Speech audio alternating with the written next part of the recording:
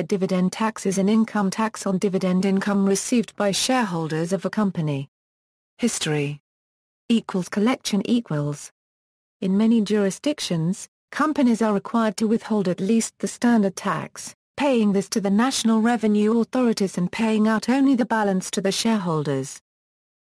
Controversy equals, depending on the jurisdiction, dividend income along with interest income, collected rents, or other unearned income may also be taxed and is the subject of recurring debate as to whether or not these taxes should be eliminated. Arguments in favor. A corporation is a legal entity that can own property, sue or be sued, and enter into contracts. The corporation is, therefore, separate from its shareholders with a life of its own. As a separate entity, a corporation has the right to use public goods as an individual does, and is therefore obligated to help pay for the public goods through taxes. Professor Confidence W. R. Mahdi of West Georgia University has argued, the greatest advantage of the corporate form of business organization is the limited liability protection accorded its owners. Taxation of corporate income is the price of that protection.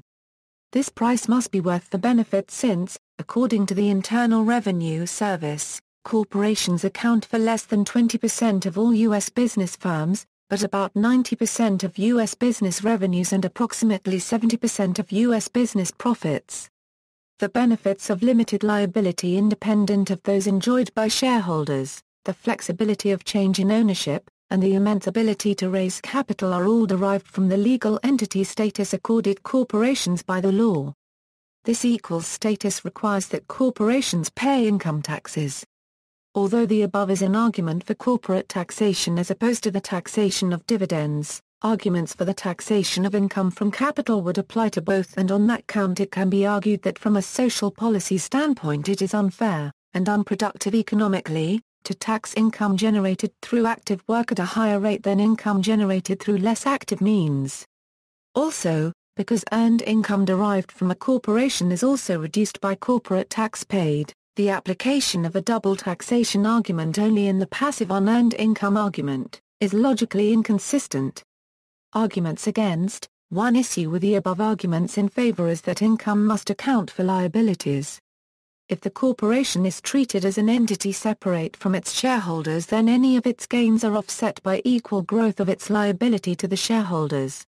Thus net income is always zero and any tax would not be an income tax. If not separated from the shareholders, then corporate income tax is a sort of early withholding against expected future shareholders' liability. Then the shareholders should get a deduction for income taxed at the corporate level. Critics, such as the Cato Institute, argue that a dividend tax amounts to unfair double taxation. Double taxation refers to cases where tax is levied twice on the same income or gain, for example when a company incorporated in country A has a branch in country B, and both countries levy tax on the profits of the branch. This is often mitigated by tax treaties. The same can apply if an individual resident in country A works in country B, and both countries tax the employee's wages. But even within the same jurisdiction, profits can be taxed twice as when dividends, which are distributed corporate profits, are taxed in the hands of the shareholder, and the company has already paid a corporate tax on these same profits. This means that the shareholders, as owners of the profits, have already been taxed. Cato's position is, first, high dividend taxes add to the income tax code's general bias against savings and investment. Second, high dividend taxes cause corporations to rely too much on debt rather than equity financing. Highly indebted firms are more vulnerable to bankruptcy and economic downturns. Third, high dividend taxes reduce the incentive to pay out dividends in favor of retained earnings. That may cause corporate executives to invest in wasteful or unprofitable projects. Economists use the term double taxation in reference to the tax on dividends due to the fact that dividend income is paid out of corporate profits and represent a portion of the profit stream owned by shareholders. Since corporate profits are taxed first at the corporate tax rate, they are taxed again when paid out as dividends. Therefore, to find the true tax on capital, the corporate tax rate is added to the dividend tax and capital gains tax. This calculation is complicated by the fact that some shareholders own shares in tax-deferred accounts, which are ultimately taxed at the personal income tax level upon withdrawal. Since debt financing is often tax-deductible, companies are incentivized to borrow, thus reducing taxable income but leveraging the growth rate of profits and capital gains. The result of this activity is to increase the volatility of corporate profits and thus stock price movements, which increases the probability of bankruptcy. It is sometimes argued by proponents of dividend taxation that employee wages are subject to the same double taxation, on the theory that corporate tax reduces the company's income available to pay wages, just as much as it reduces the amount available to pay dividends. However, employee wages are determined by employee contracts and the employer would therefore have to wait for the expiration of these contracts before wages can be lowered in response to a corporate tax bill increase. Shareholders, on the other hand, are entitled only to the residue of profits after meeting all other expenses, including corporate taxes. So if corporate taxes rise, the shareholder is entitled to less. Moreover, wages, unlike dividends, are deductible in the computation of corporate taxable profits, and so pass to employees with no amount deducted for tax at the corporate level. These factors make it a priori more likely for corporations to pass on an increased corporate tax bill to the shareholders. Still, in the long term, market pressures could in theory lead to at least some of the additional cost being passed on to employees. Dividend tax policy. United States. In 2003, President George W. Bush proposed to eliminate the U.S. dividend tax, saying that double taxation is bad for our economy and falls especially hard on retired people. He also argued that while it's fair to tax a company's profits, it's not fair to double tax by taxing the shareholder on the same profits. 4. Soon after, Congress passed the Jobs and Growth Tax Relief Reconciliation Act of 2003, which included some of the cuts Bush requested and which he signed into law on May 28, 2003. Under the new law, qualified dividends are taxed at the same rate as long-term capital gains, which is 15% for most individual taxpayers. Qualified dividends received by individuals in the 10% and 15% income tax brackets were taxed at 5% from 2003 to 2007. The qualified dividend tax rate was set to expire December 31, 2008. However, the Tax Increase Prevention and Reconciliation Act of 2005 extended the lower tax rate through 2010 and further cut the tax rate on qualified dividends to 0% for individuals in the 10% and 15% income tax brackets. On December 17, 2010, President Barack Obama signed into law the Tax Relief, Unemployment Insurance Reauthorization and Job Creation Act of 2010. The legislation extends for 2 additional years the changes enacted to the taxation of dividends in the JGTRRA and TIPRA. In addition, the Patient Protection and Affordable Care Act created a new net investment income tax of 3.8% that applies to dividends, capital gains, and several other forms of passive investment income, effective January 1, 2013. The NIIT applies to married taxpayers with modified adjusted gross income over $250,000, and single taxpayers with modified adjusted gross income over $200,000. Unlike the thresholds for ordinary income tax rates in the qualified dividend rates, the NIIT threshold is not inflation adjusted. Had the Bush-era federal income tax rates of 10, 15, 25, 28, 33 and 35% brackets been allowed to expire for tax year 2012, the rates would have increased to the Clinton-era rate schedule of 15, 28, 31, 36 and 39.6%. In that scenario, qualified dividends would no longer be taxed at the long-term capital gains rate, but would revert to being taxed at the taxpayer's regular income tax rate. However, the American Taxpayer Relief Act of 2012 was passed by the United States Congress and signed into law by President Barack Obama in the first days of 2013. This legislation extended the 0 and 15% capital gains and dividends tax rates for taxpayers whose income does not exceed the thresholds set for the highest income tax rate. Those who exceed those thresholds became subject to a top rate of 20% for capital gains and dividends. Canada. In Canada, there is taxation of dividends, but tax policy attempts to compensate for this through the Dividend Tax Credit or DTC for personal income in dividends from Canadian corporations. An increase to the DTC was announced in the fall of 2005 by Liberal Finance Minister Ralph Goodale just prior to the fall of the Liberal minority government, in conjunction with the announcement that Canadian income trusts would not become subject to dividend taxation as had been feared. Effective tax rates on dividends will now range from negative to over 30% depending on income level and different provincial tax rates and credits. India In India, earlier dividends were taxed in the hands of the recipient as any other income.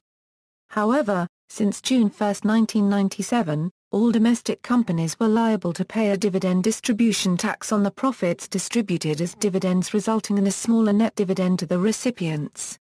The rate of taxation alternated between 10% and 20% until the tax was abolished with effect from March 31, 2002. The dividend distribution tax was also extended to dividends distributed since June 1, 1999 by domestic mutual funds, with the rate alternating between 10% and 20% in line with the rate for companies, up to March 31, 2002. However, dividends from open-ended equity-oriented funds distributed between April 1, 1999 to March 31, 2002 were not taxed.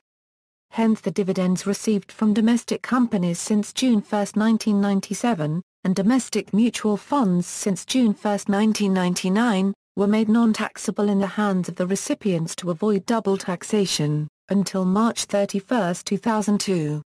The budget for the financial year 2002-2003 proposed the removal of dividend distribution tax, bringing back the regime of dividends being taxed in the hands of the recipients, and the Finance Act 2002 implemented the proposal for dividends distributed since April 1, 2002. This fueled negative sentiments in the Indian stock markets, causing stock prices to go down. However, the next year there were wide expectations for the budget to be friendlier to the markets, and the dividend distribution tax was reintroduced. Hence the dividends received from domestic companies and mutual funds since April 1, 2003 were again made non-taxable at the hands of the recipients. However, the new dividend distribution tax rate for companies was higher at 12.5%, and was increased with effect from April 1, 2007 to 15%. Also, the funds of the Unit Trust of India and open-ended equity-oriented funds were kept out of the tax net. The taxation rate for mutual funds was originally 12.5% but was increased to 20% for dividends distributed to entities other than individuals with effect from July 9, 2004. With effect from June 1, 2006, all equity-oriented funds were kept out of the tax net, but the tax rate was increased to 25% for money market and liquid funds with effect from April 1, 2007. Dividend income received by domestic companies until March 31, 1997 carried a deduction in computing the taxable income, but the provision was removed with the advent of the dividend distribution tax. A deduction to the extent of received dividends redistributed in turn to their shareholders resurfaced briefly from April 1, 2002 to March 31, 2003, during the time the dividend distribution tax was removed to avoid double taxation of the dividends both in the hands of the company and its shareholders, but there has been no similar provision for dividend distribution tax. However, the budget for 2008-2009 proposes to remove the double taxation for the specific case of dividends received by a domestic holding company from a subsidiary that is in turn distributed to its shareholders. Other countries. In Australia, dividends are taxed at the recipient's marginal tax rate. Australia has a dividend imputation system which allows franking credits to be attached to dividends. This allows recipients of franked dividends to impute the corporate tax paid by the paying company. A recipient of a fully franked dividend on the top marginal tax rate will effectively pay only about 15% tax on the cash amount of the dividend. In Austria, the KEST is used as dividend tax rate, which is 25% on dividends. In Belgium there is a tax of 25% on dividends, known as Roerendvorheffing, or pra copyright comment mobilia. In Brazil, dividends are tax-exempt. In Bulgaria there is a tax of 5% on dividends. In China, the dividend tax rate is 20%, but since June 13, 2005, 50% of the dividend is taxed. In Hong Kong, there is no dividend tax. In the Czech Republic there is a tax of 15% on dividends. Government in 2012 wanted to reduce double taxation on corporates' income, but this did not pass in the end. In Finland, there is a tax of 25.5% or 27.2% on dividends. However, effective tax rates are 45.5% or 47.2% for private person. That's because corporate earnings have already been taxed, which means that dividends are taxed twice. Corporate income tax is 20%. In France there is a tax of 30% on dividends. 60% on the business owners. In Germany there is a tax of 25% on dividends, known as Abgeltungssteuer, plus a solidarity tax of 5.5% on the dividend tax. Effectually there is a tax of 26.375%. In Iran there are no taxes on dividends, according to article. In Ireland, companies paying dividends must generally withhold tax at the standard rate from the dividend and issue a tax voucher to include details of the tax paid. A person not liable to tax can reclaim it at the end of year, while a person liable to a higher rate of tax must declare it and pay the difference. In Israel there is a tax of 25% on dividends for individuals and 30% for major shareholders. If a company receives a dividend, the tax is 0%. In Italy there is a tax of 26% on dividends, known as capital gain tax. In Japan, there is a tax of 10% on dividends from listed stocks while January 1, 2009, December 31, 2012, by tax reduction rule. After January 1, 2013, the tax of 20% on dividends from listed stocks. In case of an individual person who has over 5% of total issued stocks, he/she cannot apply the tax reduction rule, so after January 1, 2009, should pay 20%, 15% plus 5%. There is a tax of 20% on dividends from non-listed stocks. In Luxembourg, only 50% of dividends paid out by corporations is subject to tax in the hands of an individual taxpayer at the applicable marginal tax rate. Therefore, dividends are taxed at up to 20% if received from a corporation that is subject to tax and up to 40% if received from a corporation that does not satisfy the subject to tax test. In the Netherlands there is a tax of 25% on dividends. There's also a tax of 1.2% per year on the value of the share, regardless of the dividend, as part of the flat tax on savings and investments. In Norway dividends are taxed as capital gains, at a flat 27% tax rate. However, a shelter deduction is applied to the dividend income to compensate for the lost interest income.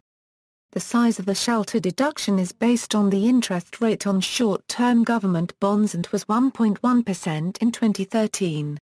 For example, if 100,000 Norwegian kroner has been invested in a company stock that gave a dividend of 4,000 Norwegian kroner, the shelter deduction is 1,100 Norwegian kroner and the remaining 2,900 Norwegian kroner is taxed at 27%. In Pakistan, income tax of 10% is required by the Income Tax Ordinance, 2001 on the amount of dividend is deducted at source. A surcharge of 15% on income tax is withheld and will be duly paid by the company to Government of Pakistan as per Income Tax Ordinance, 2011. In Poland there is a tax of 19% on dividends.